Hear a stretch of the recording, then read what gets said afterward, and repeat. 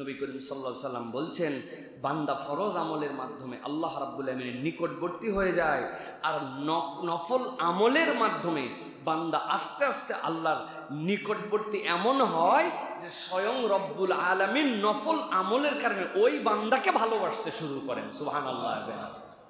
সুতরাং প্রিয় ভাইয়েরা, আমাদের এই ফরজের পরে যে আমলগুলি আমরা করতে পারি, এরকম একদম সংক্ষিপ্ত সময়ে আজকে শেষ করে দেব ইনশাআল্লাহ। আমলগুলির 1 নম্বর যেটা, সেটি হচ্ছে তাহাজ্জুদ। বান্দা আল্লাহর কাছে যত দিক দিয়ে কাছাকাছি যেতে পারে, রব্বুল আলামিন যেভাবে বান্দাকে ভালোবাসতে পারেন, এর মধ্যে সবচেয়ে বড় আমলের নাম হচ্ছে তাহাজ্জুদ। তাহাজ্জুদহীন কোনো বান্দা আল্লাহ রাব্বুল আলামিনের প্রকৃত ভালোবাসা প্রিয় বান্দা হতেই পারে না। কেননা যুগে যুগে সালাফ থেকে, পয়গম্বর থেকে, সাহাবী থেকে, ওলিয়া উলিয়া থেকে, ভালো নেককার মানুষ থেকে শুরু করে প্রত্যেকটা মানুষের জীবন বিশ্লেষণ করলে দেখা যাবে তাহাজ্জুদের মাধ্যমেই তারা আল্লাহ রাব্বুল আলামিনের প্রিয় পাত্র হয়ে গেছেন। সুবহানাল্লাহ। বান্দার যা হাজত, সব হাজত বান্দা তাহাজ্জুদের মাধ্যমে আল্লাহ রাব্বুল আলামিনের কাছ থেকে আদায় করে নিয়েছে। সুবহানাল্লাহ। আল্লাহ রাব্বুল আলামিন সূরা ইসরার মধ্যে বলতেছেন নবীজি সাল্লাল্লাহু আলাইহি সাল্লামকে, ওয়া মিনাল লাইলি ফাতাহাজ্জাদ বিহি নাফিলাতাল লাকা আসা আন ইয়াবআসাকা রাব্বুকা মাকামান মাহমুদা। ও আমার হাবিব, আপনি যদি না পড়েন তাহলে আমার কষ্ট লাগে।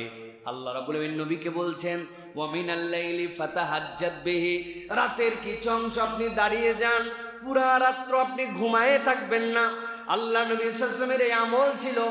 1-2 দিন কোনো কারণে নবী করিম সাল্লাল্লাহু আলাইহি সাল্লাম রাত্রে উঠেন নাই, আল্লাহ রাব্বুল আলামিন ইয়া আইয়ুহাল মুজাম্মিল বলে ডাক দিয়েছেন। আল্লাহ রাব্বুল আলামিন, ও কম্বল আবৃত মানুষ, উঠেন উঠেন, আপনি আল্লাহ রাব্বুল আলামিনের কাছে আপনার ভালোবাসা নিবেদন করেন। কেননা তাহাজ্জুদ পড়নেওয়ালাকে রব্বুল আলামিন ভালোবাসেন।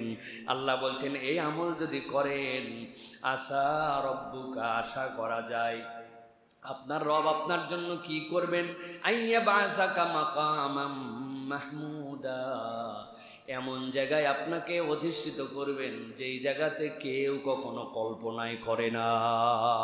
সুবহানাল্লাহ। এই জন্য আল্লাহ রাব্বুল আলামিন দুনিয়ার শ্রেষ্ঠ মানুষদের কতকগুলা গুণাগুণ বর্ণনা করছেন। আল্লাহ সূরা জারিয়ার মধ্যে বলছেন, দুনিয়ায় এমন কতকগুলা মানুষ আছে, কানু কলিলাম মিনাল লাইলি মা ইয়াহজাউন ওয়া বিল আসহারি হুম ইস্তাগফিরুন। আল্লাহ বলছেন, এমন কতকগুলা মানুষ আছে রাতের খুব সামান্য অংশ তারা ঘুমায়, আর আল্লাহ বলছেন তাদের পিঠটা সারা রাত বিছানার সাথে লেগে থাকে না, বরং যখন প্রত্যুষ হয়ে যায়, যখন ফজরের ওয়াক্তের আগের সেই সুবহে সাদিকের ওয়াক্ত হয়ে যায়, ওই মানুষগুলো আল্লাহর জন্য ওঠে, কেবল উঠে না। আল্লাহ বলছেন ইস্তাগফিরুন, আল্লাহ রাব্বুল আলামিনের কাছে তারা ক্ষমা চায়। যেই বান্দারা তাহাজ্জুদের সময় ওঠে, যেই বান্দারা ওই সময় আল্লাহর কাছে পিঠ বিছনার থেকে উঠাইয়া ক্ষমা চায়, আল্লাহ বলছেন সারাদিন তুমি আল্লাহ রাব্বুল আলামিনকে ডাক দাও, আল্লাহ লাব্বাইক বলতেও পারেন না পারেন, আর এই সময়টুকুতে বান্দা ডাকে না, আল্লাহ বান্দাকে ডাকে, আর বান্দা লাব্বাইক বললেই কবুল হয়ে যায়। এই জন্য প্রিয় ভাইয়েরা, নবী করিম সাল্লাল্লাহু আলাইহি ওয়াসাল্লাম বলছেন, শোনো, আফদালুস সালাতি বাদাল ফরিদা সালাতুল লাইল, তোমার জন্য ফরজ নামাজের পরে শ্রেষ্ঠ নামাজ হচ্ছে রাতের নামাজ। কত হাদিসের মধ্যে যে নবী করিম সাল্লাল্লাহু আলাইহি ওয়াসাল্লাম 2টা আমলকে একসাথে করেছেন। ইয়া রাসূলুল্লাহ, আইয়ুল আমালি আফদাল, শ্রেষ্ঠ আমল কোনটা? নবীজি বলছেন মানুষকে খাওয়াও, আর যখন মানুষ ঘুমায় থাকে তখন কিছু সালাত আদায় করো। সুবহানাল্লাহ বিহামদি। এই জন্য আমাদের সালাফরা, বড়রা আমাদেরকে বলতেন যে বাবারে, শেষ রাত্রের সালাত প্রথম দিন থেকেই অভ্যাস করা যায় না। এর জন্য নবী করিম সাল্লাল্লাহু আলাইহি ওয়াসাল্লাম আমাদের জন্য সহজ করেছেন কি, অভ্যাসটা শুরু হবে এশার নামাজের পরে, খাওয়া দাওয়া করলাম অথবা আগেই খেয়ে এশার নামাজ পড়লাম, এরপরে মানুষ বিছানায় যাওয়ার জন্য যখন প্রস্তুতি নেয়, যারা শেষ রাত্রে উঠতে পারে না, অন্তত এই সময়ও 2 রাকাত 4 রাকাত সালাত আদায় করে বান্দা যদি ঘুমাতে যায় আর নিয়ত যদি রাখে, চেষ্টা করব ইনশাআল্লাহ ফজর আগে উঠে কিছু নামাজ পড়ার জন্য, কিন্তু পড়তে পারে নাই, কিন্তু এশার পরে যদি একটু সালাত আদায় করে শোয়, আল্লাহ রাব্বুল আলামিন এইটাকেই তাহাজ্জুদ হিসাবে কাউন্ট করে নেবেন। সুবহানাল্লাহ। এই জন্য প্রিয় ভাইয়েরা, বলা সহজ, আমার জন্য সহজ বলা, আপনাদের জন্য সুবহানাল্লাহ বলা সহজ, কিন্তু এই আমলের জিন্দেগিতে রূপান্তর করা বড় বেশি কঠিন হয়ে গেছে প্রিয় ভাইয়েরা। আমি যা বলি সবার আগে ভয় লাগে আমার জন্য। আমার আমল যদি আপনাদের কাছে প্রকাশ হয়ে যেত তাহলে আপনারা আমার কথাই শুনতেন না, কেননা বাহির থেকে আমাদেরকে মানুষজন অনেক কিছু মনে করে যে বিরাট কথা বলতেছে, এগুলো সব আমল বোধহয় তাদের জিন্দেগিতে আছে। আসলে আমলের দিক দিয়ে আমাদের সকলের ঘাটতি আছে, কিন্তু আমরা মানুষ, আমরা যে কোনো সময় সিদ্ধান্ত চেঞ্জ করতে পারি যে ঠিক আছে শোয়ার আগে 4টা রাকাত নামাজ পড়ে শুইতো, 2টা রাকাত নামাজ পড়ে শুইতো, ফজর একটু আগে ওঠার জন্য চেষ্টা করি। আমাদের মহল্লার একটা সৌন্দর্য আছে, ফুরফুরার যে মাদ্রাসা, এই মাদ্রাসায় 12 মাস একদম যখন সাহারির সময় শেষ হয় তখন কিন্তু ফজরের আজান হয়। 12 মাস মানুষের জন্য কোনো টেনশন করতে হয় না যে সাহারির সময় কখন শেষ, ফজর কখন শুরু, টেনশন নাই। একদম আউয়াল ওয়াক্তে 12 মাস আজান হয়। এটা বিউটি, একটা আমাদের মহল্লার বিউটি এইটা। সুতরাং আপনি একটু হিসাব মিলালেই বুঝতে পারবেন যে এর আগ পর্যন্ত আমার তাহাজ্জুদের ওয়াক্ত আছে। 2 রাকাত 4 রাকাত নিজেদের জীবনকে পরিবর্তন করার জন্য আমরা কিন্তু পড়তে পারি প্রিয় ভাইরা। এই জন্য আমাদের আল্লাহ রাব্বুল আলামিন কোরআনুল কারীমের মধ্যে আরো অনেক কথা বলেছেন। আল্লাহ রাব্বুল আলামিন বলেছেন যে এমন কতগুলা মানুষ আছে তাতাজাফা জুনুবুহুম আনিল মাদাজি, তারা সারা রাত বিছনার সাথে পিঠ লাগায় রাখে না, নির্ধারিত সময়ে বিছনার থেকে পিঠ তাদের আলাদা হয়ে যায়। এই মানুষগুলার গুণাগুণ আলাদা, কত কামনা, কত চাহিদা। আল্লাহ আমারে বড় আলেম বানাও, রিজিকের সমস্যা দূর করে দাও, পড়াটা মুখস্থ হয় না মুখস্থ করাও, এই সাবজেক্টটা বুঝি না সাবজেক্টের তাফাক্কুর ওয়া তাদাব্বুর আমার মাথার মধ্যে ঢুকায় দাও। আল্লাহ আমাকে দাঈ ইলাল্লাহ বানাও, রব্বুল আলামিন আমার ব্যবসায় সফল করে দাও, আমার বাচ্চাদেরকে মানুষ বানাও। আল্লাহ শরীরে কত ডাক্তার দেখালাম, অসুস্থতা ভালো হয় না, বাচ্চা কাচ্চা কেন যেন কথা শুনতে চায় না, কামাই যা করি সেটার মধ্যে বরকত হয় না, কত সমস্যা আমার। আল্লাহ বলছেন যত সমস্যা আছে নিয়ায় তাহাজ্জুদের সময় আল্লাহ রাব্বুল আলামিনের কাছে কায় মনোবাক্যে আল্লাহর ইবাদতের নিয়তেই করেন, সাথে সাথে আল্লাহর কাছে এই সময় কামনা বলতে থাকেন। 1 থেকে 40 দিনের মধ্যে আপনি আপনার জীবনের মধ্যে পরিবর্তন খুঁজে পেয়ে যাবেন ইনশাআল্লাহ। প্রিয় ভাই, রব্বুল আলামিন দেওয়ার জন্য আছেন। আল্লাহ এরকম না আমারে ডাকলো আর দিলাম না, দেখ আমার হাতে ক্ষমতা আছে আমি তোদের দিলাম না। আল্লাহ রাব্বুল আলামিন এরকম নন, বরং আল্লাহ রাব্বুল আলামিন চাইলে দিয়ে দিবেন, এটাই আল্লাহ রাব্বুল আলামিনের ঘোষণা। সুবহানাল্লাহ। তাহলে 1 নম্বর আমল গেল তাহাজ্জুদ। এটা আমাদের জীবনে একটু একটু করে প্র্যাকটিস করার জন্য চেষ্টা করতে হবে প্রিয় ভাইয়েরা। আল্লাহ যেন আমাদেরকে তৌফিক দান করেন। প্রিয় ভাইয়েরা, এরপরে 2 নম্বর যেটা আমল সেটা হচ্ছে নিয়মিত কোরআনুল কারীম মুসহাফ ধরে ধরে তেলাওয়াত করা। দুনিয়াতে যত নফল আমল আছে এই আমলের মধ্যে আল্লাহ রাব্বুল আলামিনের কাছে সবচেয়ে পছন্দনীয় আমল হচ্ছে বান্দা যখন কালামুল্লাহ তেলাওয়াত করে আল্লাহ রাব্বুল আলামিন সরাসরি তার কথাগুলাকে বান্দার ঠোঁট দিয়ে উচ্চারণ করান। সুবহানাল্লাহ। নবীজি সাল্লাল্লাহু আলাইহি সাল্লাম বলছেন ইকরাউল কোরআন, তোমরা কোরআনুল কারীম তেলাওয়াত করো, ফাইন্নাহু ইয়াতি ইয়াউমাল কিয়ামাতি শাফিআন লিআসহাবিহি, কিয়ামতের দিনে আল্লাহ রাব্বুল আলামিন কোরআনকে পাওয়ার দিয়ে দিবেন। তার সাহেব যে থাকবে, যেই ব্যক্তি কোরআন তেলাওয়াত করবে, কিয়ামতের ময়দানে এই কোরআন তার হয়ে আল্লাহর কাছে সুপারিশ করবে। সুবহানাল্লাহ। ভালো করে একটু ঠান্ডা মাথায় বোঝার চেষ্টা করেন। আপনি কোরআনুল কারীমের ব্যাপারে আহলে সুন্নাত ওয়াল জামাতের আকীদা, সঠিক আকীদা কি? কোরআনুল কারীমের ব্যাপারে আমাদের আকীদা হচ্ছে কোরআন মাখলুক নয়, বরং কোরআনুল কারীম হচ্ছে কালামুল্লাহ, আল্লাহ রাব্বুল আলামিনের কথা। আপনি আলহামদুলিল্লাহি রাব্বিল আলামিন যখন বলছেন, এটা রব বলেছেন, আল্লাহর কথাটা বান্দার মুখ দিয়ে উচ্চারণ হচ্ছে, এর থেকে বিস্ময়কর বিষয় আর বান্দার জীবনে কিছু নাই। সুবহানাল্লাহ। এই জন্য নবীজি সাল্লাল্লাহু আলাইহি সাল্লাম যত বেশি বান্দারা কোরআন তেলাওয়াত করবে, আল্লাহ রাব্বুল আলামিন বলছেন এই মানুষগুলা মা সাফারাতিল বারারাতিল কিরাম, এই মানুষগুলা যেন ফেরেশতা সদৃশ হয়ে যায়, ফেরেশতার সাথে তারা হয়ে যায়।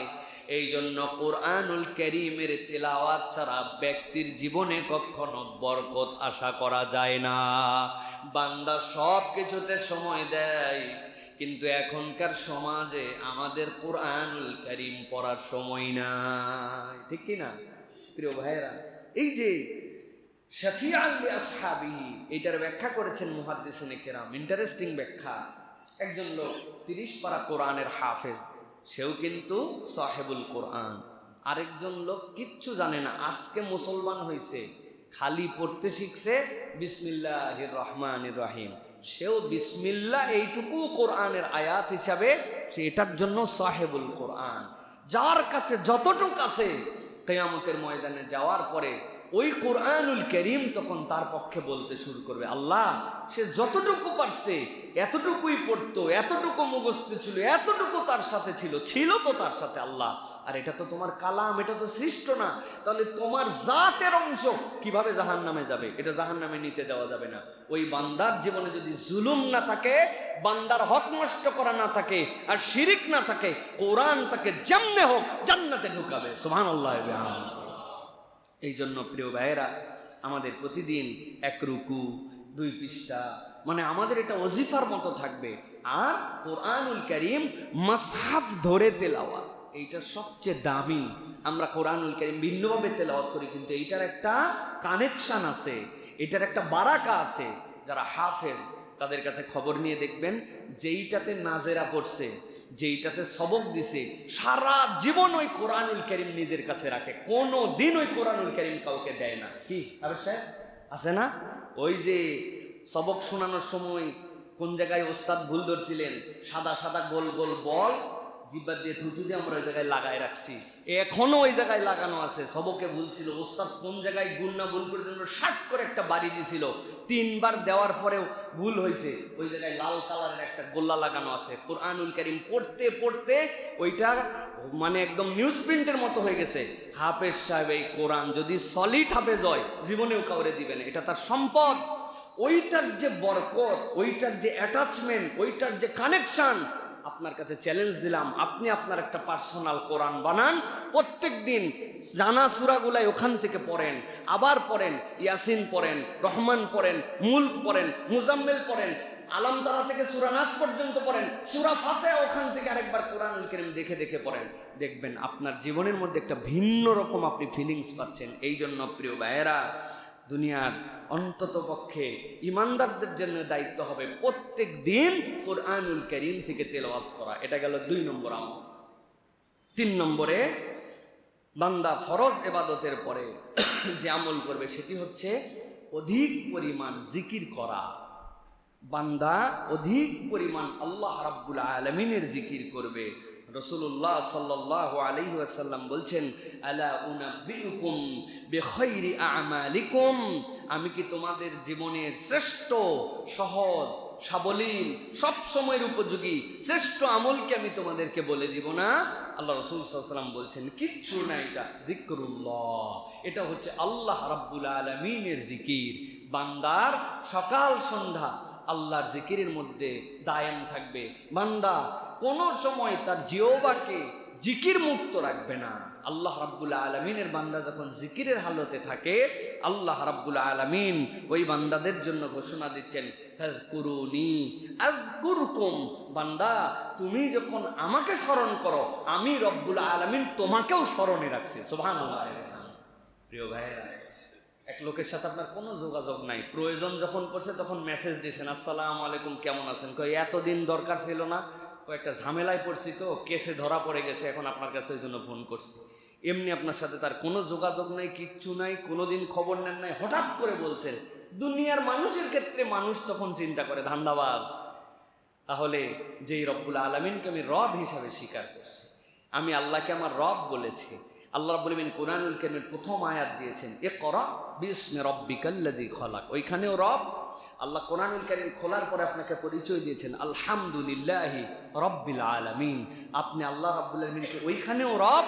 আপনি যখন কবরের মধ্যে যাবেন, সেখানেও আপনাকে প্রথম জিজ্ঞাসাই কিন্তু করা হবে, মান রব্বুকা, তোমার রব কে? তাহলে যিনি আমার প্রতিপালক, প্রতিপালক কাকে বলা হয়? যিনি শূন্য থেকে কোনো একটা সৃষ্টি করার পরে ধাপে ধাপে তাকে পূর্ণাঙ্গ দিতে পারেন এবং পুরাটা সময় যিনি তত্ত্বাবধান করতে পারেন তিনি হচ্ছেন আমার রব। তাহলে ওই রবকে স্মরণে রাখার জন্য আমাদেরকে আল্লাহর জিকিরের হালতে থাকতে হবে। প্রিয় ভাইয়েরা, এর আগেও বলেছিলাম সপ্তাহ টু সপ্তাহ আমাদের টার্গেট করা দরকার।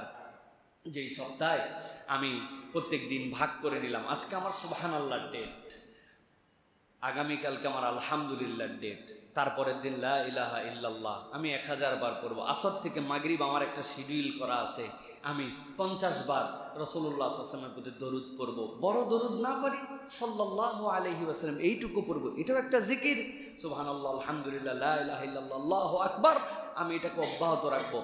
আর যেইগুলা প্রাত্যহিক আমলের সাথে জিকির, এইগুলা যেন মিস না হয়। সব কিছুর শুরুতে বিসমিল্লাহ বলা, বাথরুমে ঢোকার দোয়া পড়া, বের হওয়ার দোয়া পড়া, কাপড় পরার দোয়াটা পড়ার চেষ্টা করা, খানার শুরুতে দোয়া পড়া, মানে এগুলো তো তাহলে আমার সব জিকিরের মধ্যে আমি থাকতেছি। বাড়ির থেকে যতবার বের হব বিসমিল্লাহি তাওয়াক্কালতু আলাল্লাহ, ডান পাদে আল্লাহর জিম্মাদারিতে আমি বের হয়ে গেলাম, এটাও আমার জন্য জিকির। স্যান্ডেল পড়তেছি, তার জিকির আমার সাথে আছে, মানে আমি যেন আমার মুখকে অন্য কোনো বিষয় থেকে গাফেল হয়ে গেলেও আমার জিকির থেকে আল্লাহ যেন গাফেল না রাখি। এইটা আমাদের প্রত্যেকের কিন্তু সম্ভব না হয়।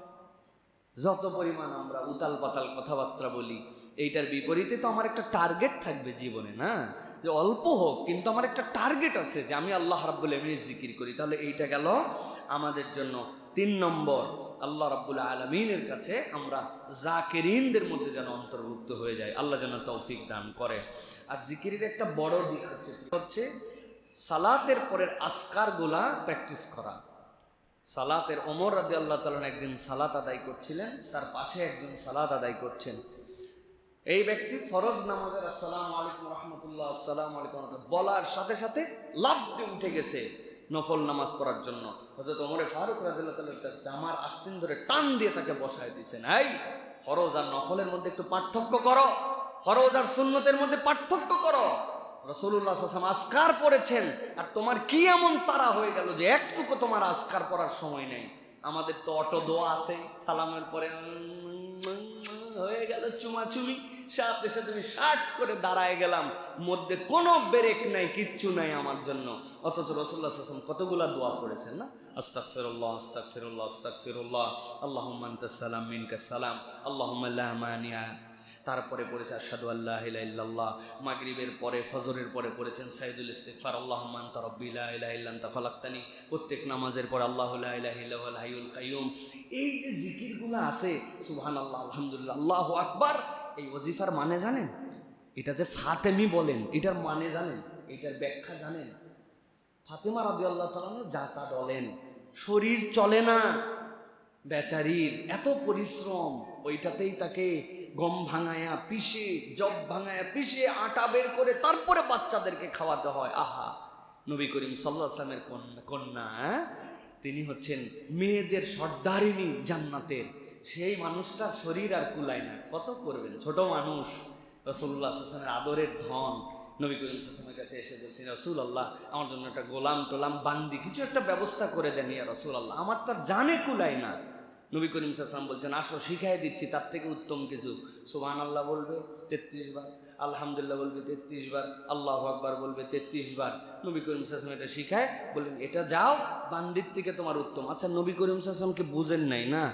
যার সাথে সফর করে এসে প্রথম দেখা করে ঘরে ঢুকতেন, সবার সাথে দেখা শেষ করে ফাতেমার সাথে দেখা করে সফরে যেতেন, যুদ্ধে যেতেন, কি ভালোবাসা। আর উনি আসলেন উনার শারীরিক অসুস্থতা, নানান অবজেকশন নিয়ে, আর নবীজি এই দোয়া শিখায় পাঠায় দিলেন, যাও, হয়ে গেল। রাসূলুল্লাহ সাল্লাল্লাহু আলাইহি ওয়াসাল্লাম জানতেন এই দোয়ার মধ্যে কেবলমাত্র জিকির নাই, এই দোয়ার মধ্যে রুহানি শক্তি আছে, এই দোয়ার প্র্যাকটিসের মধ্যে বান্দার জিসমানি শক্তি আছে, বান্দার শারীরিক কুওয়াতকে আল্লাহ এই দোয়ার দ্বারা দান করে দিবেন। সুবহানাল্লাহ। আপনাকে ইয়োগা আলারা শিখায়, বড় করে দম নিয়ে বুক ফুলাবেন, এরপরে 30 সেকেন্ড ধরে রেখে এরপরে ডান নাক দিয়ে ছাড়বেন, বাম নাক দিয়ে ছাড়বেন। কি হবে? আপনার হার্ট শক্তিশালী হয়ে যাবে, আপনার শরীরের অনেক বেশি ইমিউন সিস্টেম বিল্ড আপ হয়ে যাবে। বা ওনাদের দম নিয়ে আপনি বিল্ড আপ করেন শরীর, আর আল্লাহর জিকির আপনি গুনে গুনে পালন করলে আপনার বিল্ড আপ হবে না শরীর। আপনি কোত্থেকে পাইলেন?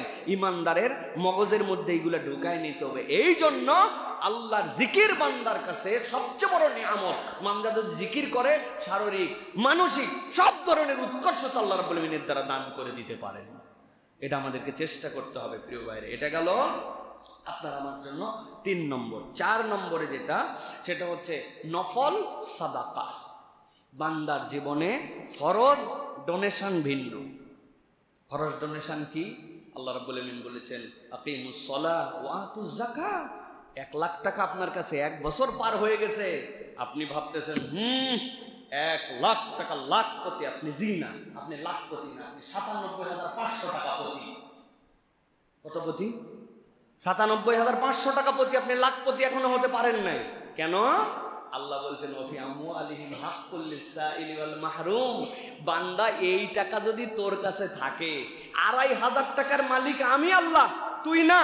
এইটা তোরে দিয়ে দেওয়া লাগবে, তুই 97,500 টাকার মালিক। তার মানে এইটা আপনার জন্য ফরজ দান। কি দান? কথা বলেন, কি দান? কত টাকার মালিক আমরা? 97,500। এটা কি দান? ফরজ দান। এটা আপনাকে দিতে হবে এইটা। কিন্তু আল্লাহ রাব্বুল আলামিন বলছেন এরকম কিছু দান আছে যেই দান আমি তোমার জন্য ফরজ করি নাই, কিন্তু আমি রব্বুল আলামিন তোমাকে উৎসাহ দিয়েছি। এই দান যদি তুমি করো তাহলে আমি রব্বুল আলামিন এই দানকে তোমার জন্য পানি হিসাবে গ্রহণ করব। সুবহানাল্লাহ বলেন।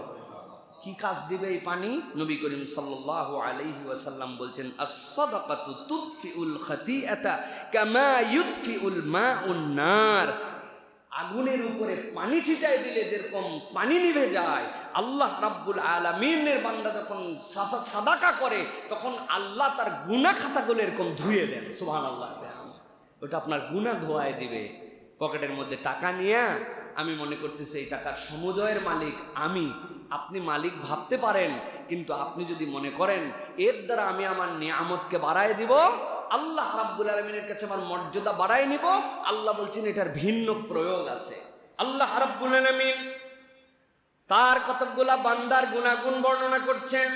আল্লাহ বলছেন সৃষ্টিগতভাবে মানুষ যারা, এরা তো সবাই আমার বান্দা, কিন্তু আমার বান্দার মধ্যে এক শ্রেণীর বান্দার পরিচয় আমি তোমাদের কাছে দিয়ে দেই। এই বান্দাগুলো একটু এক্সেপশনাল বান্দা। আল্লাহ কোরআনুল কারীমের মধ্যে সূরা আনফালের মধ্যে আল্লাহ বলতেছেন ইন্নামাল মুমিনুনাল্লাযীনা ইযা যুকিরাল্লাহু ওয়াজিলাত কুলুবুহুম ওয়া ইযা তুলিয়াত আলাইহিম আয়াতুহু زادتهم إيمانا وعلى ربهم يتوكلون। আল্লাহ রাব্বুল আলামিন বলছেন ও দুনিয়ার মানুষ জেনে রাখো, দুনিয়ায় এক শ্রেণীর বান্দা আছে, এই বান্দাগুলার কতকগুলা গুণাগুণ আছে। 5টা গুণের কথা আমি তোমাদের কাছে বলে দেই, নিজেদের জীবনের সাথে মিলায় নাও।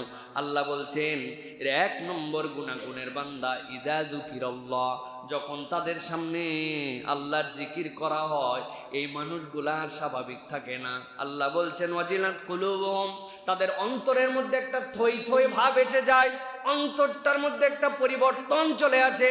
আল্লাহ বলছেন আর যখন ওই বান্দার কাছে আল্লাহর কোরআন তিলাওয়াত করা হয়, কোরআনের কথা বলা হয়, কোরআনের হুকুম বলা হয়, আল্লাহ রাব্বুল আলামিন বলছেন যাদাতুহুম ঈমানা, ওই বান্দার ঈমান আর তখন স্বাভাবিক থাকে না, ঈমানটা তখন তার বেড়ে যায়। কদ্দূর পর্যন্ত বাড়ে? আল্লাহ বলছেন ওয়া আলা রাব্বিহিম ইয়াতাওয়াক্কালুন, ওই বান্দারা কেবল ভরসার স্থল হিসাবে রব্বুল আলামিনকেই তারা মনে করে ফেলে। ভরসা করা যায় একমাত্র আল্লাহর, এরকম ঈমান তাদের বেড়ে যায়।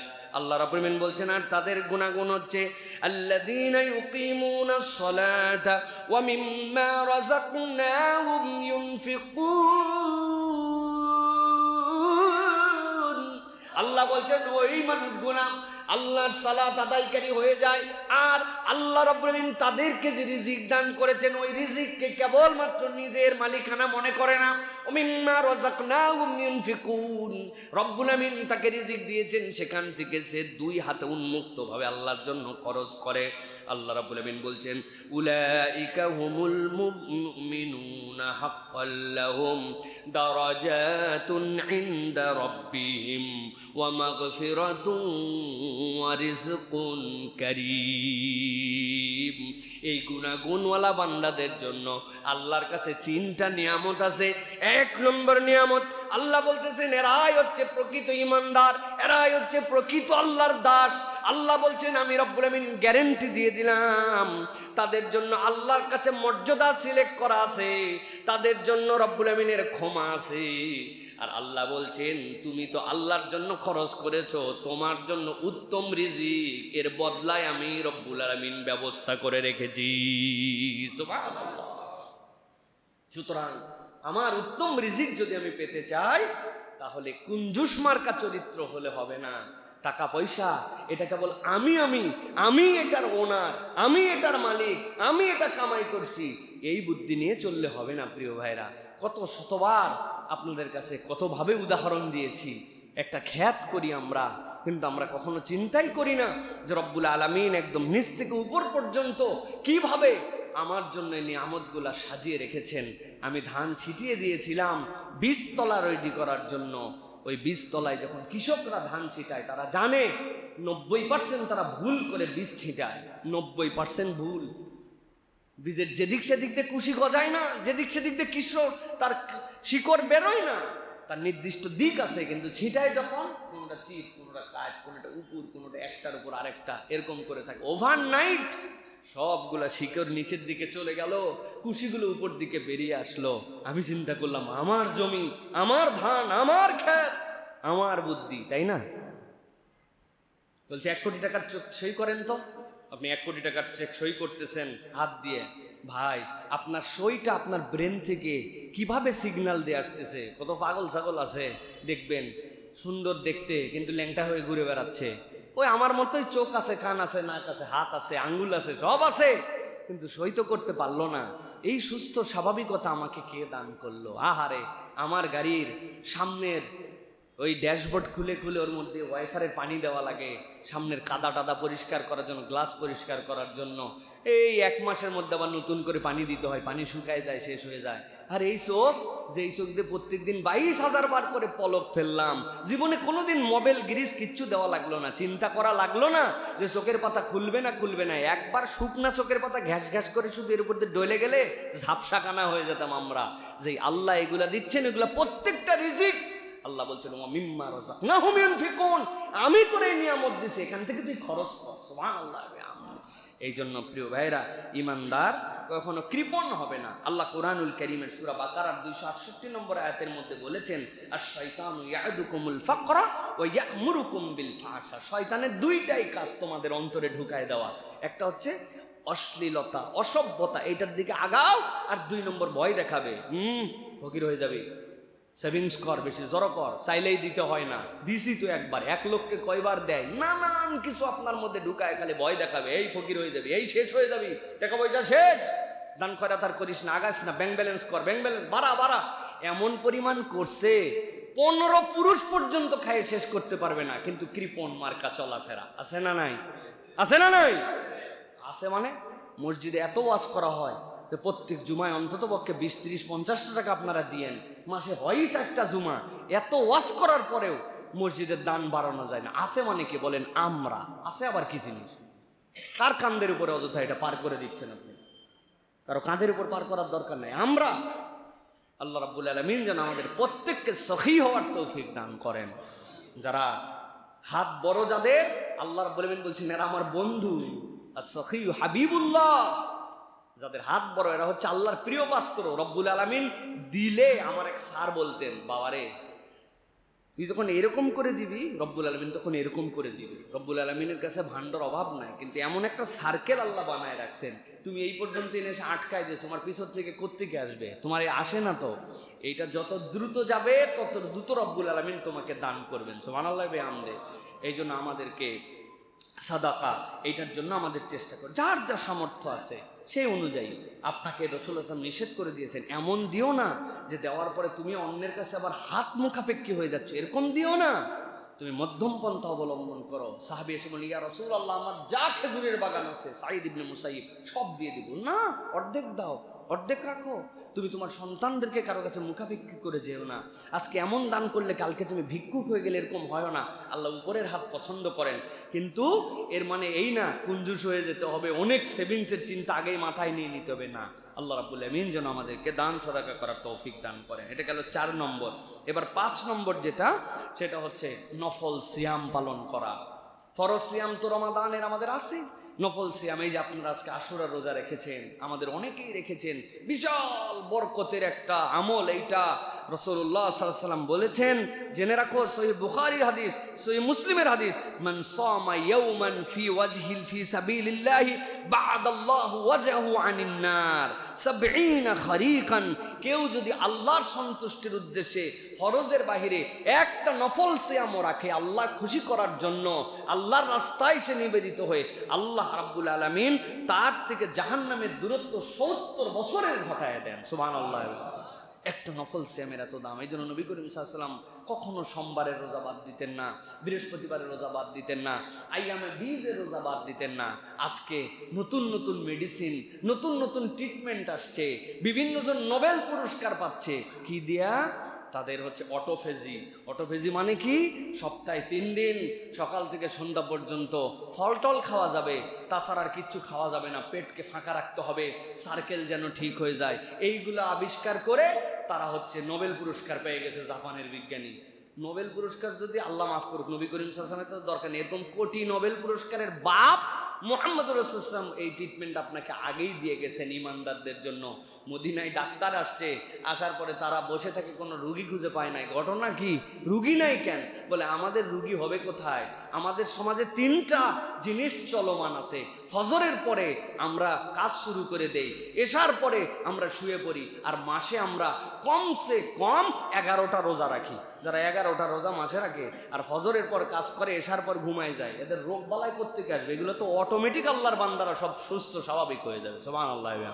তো আমরা একটু নফল সিয়াম রাখার জন্য চেষ্টা করি প্রিয় ভাইয়েরা, অন্তত সপ্তাহের সিয়াম আমরা অভ্যাস করে ফেলি। এরকমও আমরা করতে পারি, এটা যদি আমাদের মসজিদের একটা কালচার হয়। সোমবারে আমরা ইফতারের আয়োজন রাখলাম মসজিদে, বোঝা যাবে যে হ্যাঁ এই মসজিদে সোমবারে রোজা রাখা হয়। সোমবারে মাগরিবের নামাজটা 10 মিনিট পরে পড়া হয়। লোকজন চিন্তা করবে মাগরিবের আজান দেরা খায় কি, যারা রোজা রাখে না, ওদেরকে বলা হবে আসেন ভাই ইফতারে শরীক হন, ভাই ইফতারে শরীক হন। ওরা চিন্তা করি সুবহানাল্লাহ, কিসের রোজা? ভাই সোমবারের রোজা। এই কালচার কিন্তু আস্তে আস্তে হয়ে যাবে। মদিনায়, মক্কায় সোমবার, বৃহস্পতিবার রমজান মাসের মতো ইফতার খাওয়ানো হয়। সুবহানাল্লাহ। আপনারা কেউ একজন শুরু করতে পারেন, সপ্তাহ কর্তৃপক্ষ শুরু করবে না। আপনি 5টা আপেল কেটে নিয়ে, 5টা খেজুর নিয়ে সুন্দর করে মসজিদে আসে মাওলানা নজরুল সাহেবকে বলছেন যে আজকে নামাজ 10 মিনিট পরে পড়বেন, আর সোমবারের রোজা লোকজন আছে, আপনিও বসেন হুজুর, বসে ইফতার করে 10 মিনিট পরে নামাজ পড়বেন। আমাদের এই মসজিদে আলহামদুলিল্লাহ ফালতু কথা কেউ বলবে, অতিরিক্ত কেউ এখানে কথা বলবে, মাথা মারবে, এই সুযোগ এই মসজিদে নাই আলহামদুলিল্লাহ। এটা আমাদের একটা সকলের ভালোবাসায় সুন্দর একটা সামাজিক আমাদের এই মসজিদের রূপান্তর হয়েছে আলহামদুলিল্লাহ। লক্ষ লক্ষ টাকার ইফতারি কিন্তু রমাদানে আমাদের মসজিদে মানুষেরা করে গেছে। রাস্তার মুসল্লিরা আমাদের জানতো যে দারুস সালাম শাহী মসজিদে ইফতারের আয়োজন আছে, তারা এখানে দাঁড়ায় ইফতার করে চলে গেছে আলহামদুলিল্লাহ। সুতরাং এটা একটা সুস্থ সুন্দর সংস্কৃতি। আল্লাহ যেন আমাদের সকলকে নফল সিয়াম পালন করার তৌফিক দান করেন। 6 নম্বর যেটা ফরজের পরে অত্যন্ত গুরুত্বপূর্ণ আমল, সেটা হচ্ছে রাসূলুল্লাহ সাল্লাল্লাহু আলাইহি ওয়াসাল্লামের প্রতি বেশি বেশি দরুদ পাঠ করা। নবী করিম সাল্লাল্লাহু আলাইহি ওয়াসাল্লাম বলছেন, মান সাল্লা আলাইয়া ওয়াহিদাতান সাল্লাল্লাহু আলাইহি আশারা।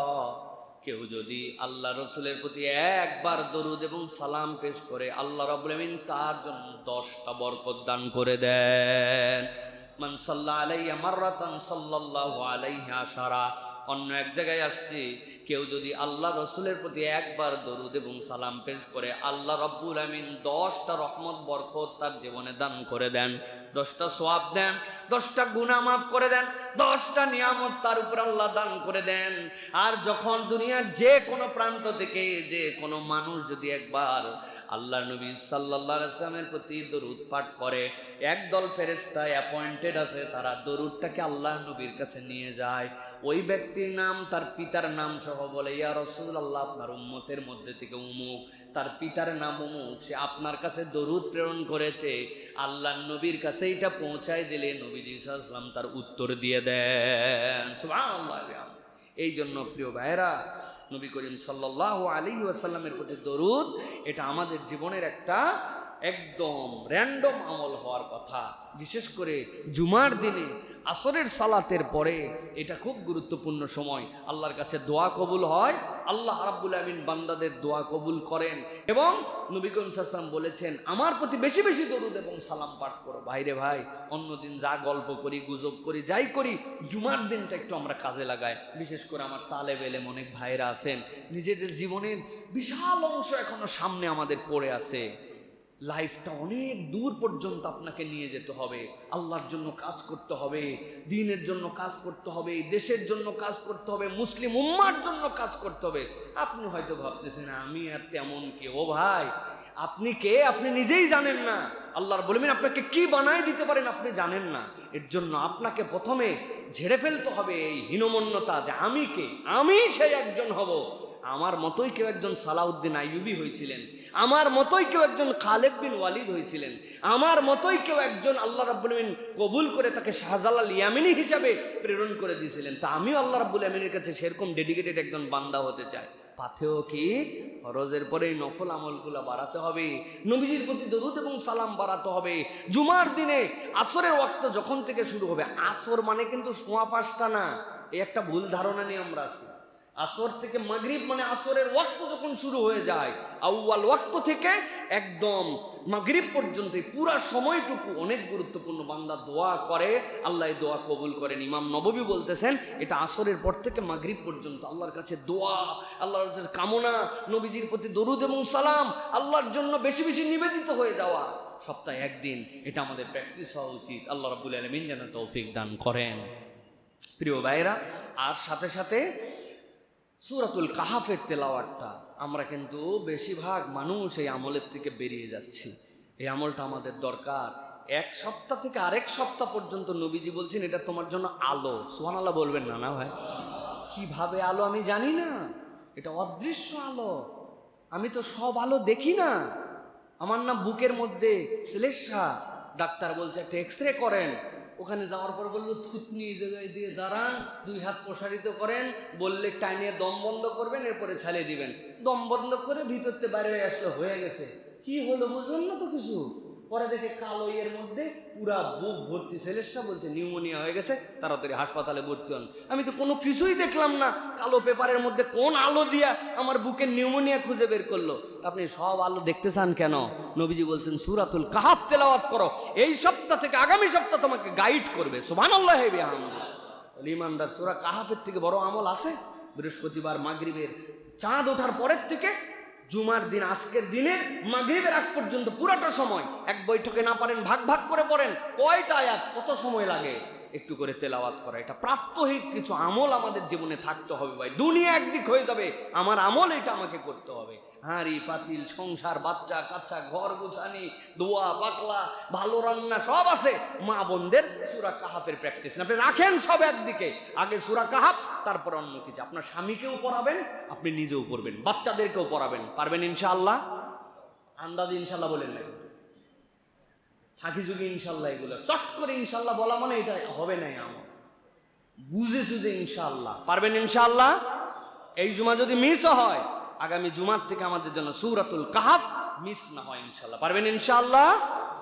যে এই ছাত্র ভাইয়েরা আজকে পড়া হয়নি, আপনি যাওয়ার পরে মাগরিবের আগে এই সূরা কাহাফ শেষ করবেন। এটা হচ্ছে আগামী সপ্তাহ পর্যন্ত এফেক্ট দেখতে পাবেন ইনশাল্লাহ। আল্লাহ গাইড করবে আমাদেরকে ইনশাআল্লাহ। তাহলে এইটা গেল 6 নম্বর। সর্বশেষ যেটা বলবো, রাসূলুল্লাহ সাল্লাল্লাহু আলাইহি ওয়াসাল্লাম বলছেন যে মানুষের জিন্দেগিতে ফরজ ইবাদতের পরে নফলের মধ্যে থেকে শ্রেষ্ঠ কাজ হচ্ছে অপর মানুষের জন্য উপকার চিন্তা করা, উপকার করা। নবী করিম সাল্লাল্লাহু আলাইহি ওয়াসাল্লাম বলছেন, আহাব্বুন নাস ইলাল্লাহ আনফাউহুম লিন-নাস। আল্লাহর কাছে সবচেয়ে প্রিয় মানুষ সে যে মানুষের উপকার চিন্তা করে। সুবহানাল্লাহ। অতএব প্রিয় ভাইরা, আমার হায়াতে বেঁচে থাকতে আমরা মানুষের উপকার করার জন্য চেষ্টা করব। মানুষের উপকার আল্লাহ রাব্বুল আলামিনের কাছে এমন মর্যাদায় নিয়ে যায়, কল্পনাই করতে পারবেন না। নবী করিম সাল্লাল্লাহু আলাইহি ওয়াসাল্লামের মসজিদের নাম ছিল মসজিদে নববী। ওই মসজিদে নববীর একজন ঝাড়ুদার ছিলেন। ঝাড়ুদারটা ছিলেন একজন মহিলা, দেখতে শুনতে ওরকম না, বৃদ্ধ হয়ে গেছিলেন, কিন্তু প্রত্যেক দিন মসজিদে নববী উনি ঝাড়ু দিতেন। একদিন সন্ধ্যার পরে উনি এশার পরে ইন্তেকাল করেছেন। সেই মহিলাকে সবাই নিয়ে টিয়ে জানাজা দাফন করায়া শেষ করে দিছে। পরের দিন আল্লাহ নবী এসে দেখলেন আমার মসজিদে নববী তো ঝাড়ু দিত, সেই মেয়েটা কই, সেই বৃদ্ধাটা কই, সেই নারীটা কই? ঝাড়ুদার। সে এমন কে? মুহাম্মদুর রাসূলুল্লাহ সাল্লাল্লাহু আলাইহি ওয়াসাল্লাম, সে নবী, শ্রেষ্ঠ নবী, আর সে একজন ঝাড়ুদার। নবীজি জিজ্ঞাসা করলেন, খোঁজ খবর কি লেভেল রাখছেন? মেয়ে কই? ঝাড় দেয় না মসজিদে নববীর সামনে? ইয়া রাসূলুল্লাহ, গত রাত্রে উনি ইন্তেকাল করে গেছেন, আমাকে খবর দিলেন না যে? এশার নামাজের পর আপনি ঢুকে গেছেন, সাধারণ একজন মানুষ ইন্তেকাল করে গেছে, আপনাকে আবার ডেকে বের করবো? আমরাই জানাজা দিয়ে দাফন দিছি। নবীজি দুঃখ পেয়ে গেলেন, আল্লাহর কাছে তার মর্যাদা সম্পর্কে তুমি জানো না, চলো কোথায় কবর দিছো আমাকে দেখায় দাও। আল্লাহ নবী তার কবরের সামনে দাঁড়ায় আবার আল্লাহ নবী নিজে দোয়া করলেন তার জন্য। সুবহানাল্লাহ। সুতরাং অপরের কল্যাণ করা, সমাজের জন্য চিন্তা করা দেখতে স্বাভাবিক, কিন্তু অস্বাভাবিক মর্যাদা আল্লাহ রাব্বুল আলামিন তার জন্য আপনাকে আমাকে দান করে দেন। এখানে আপনারা কত দোকানদার আছেন না ভাইয়েরা? আপনারা এই মহল্লায় দোকানদারি করেন, পাশ দিয়ে দোকানদারি করেন, মসজিদের পাশ এই রাস্তাটা আপনাদের মনে হয় না যে চলেন তো 5-7 জন মিলে আমরা আজকে পুরাটা ঝাড় দেয়? ওরে মিউনিসিপ্যালিটির লোক আছে আর গালাগালি করে, লোকগুলো আসে না, ডিউটি পালন করে না, ফালতু কোথাকার। ফালাইছি তো আমরা, একদিন আমরা সাফ করি না।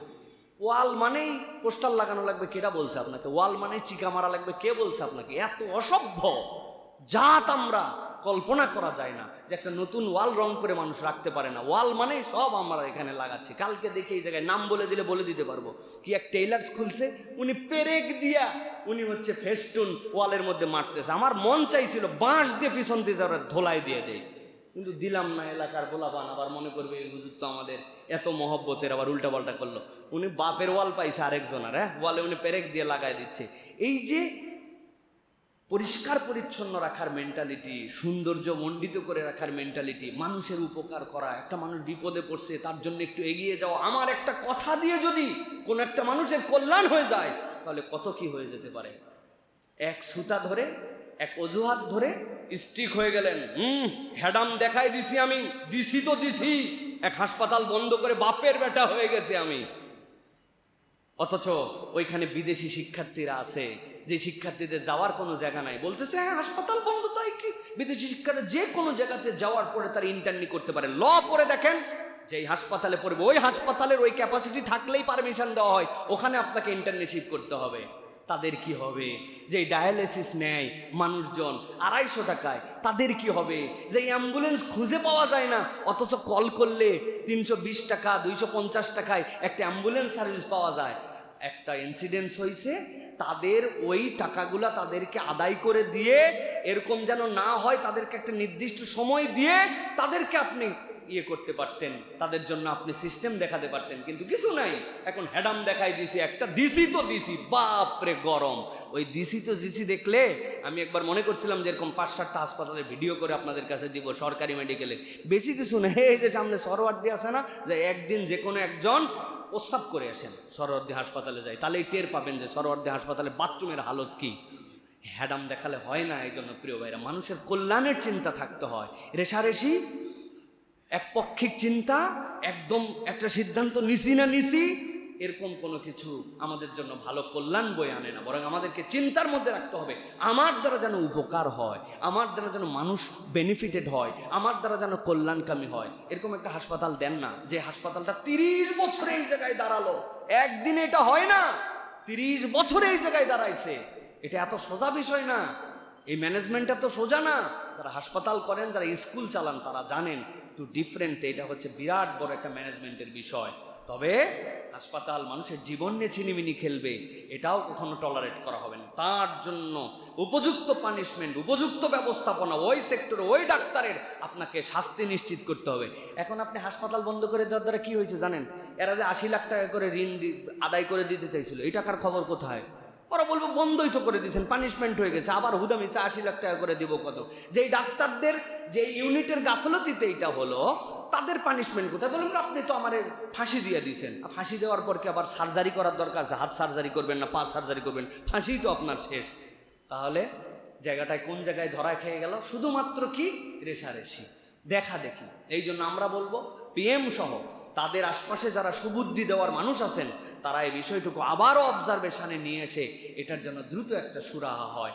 আর আল্লাহ যেন আমাদের প্রত্যেককে যার যার ক্ষেত্র থেকে কল্যাণকর কাজ করার তৌফিক দান করেন। আল্লাহ যেন আমাদের আজকে যে আলোচনাগুলো করলাম, আমি এবং আমাদেরকে সকলকে এর উপরে আল্লাহ রাব্বুল আমিন আমল করার তৌফিক দান করেন।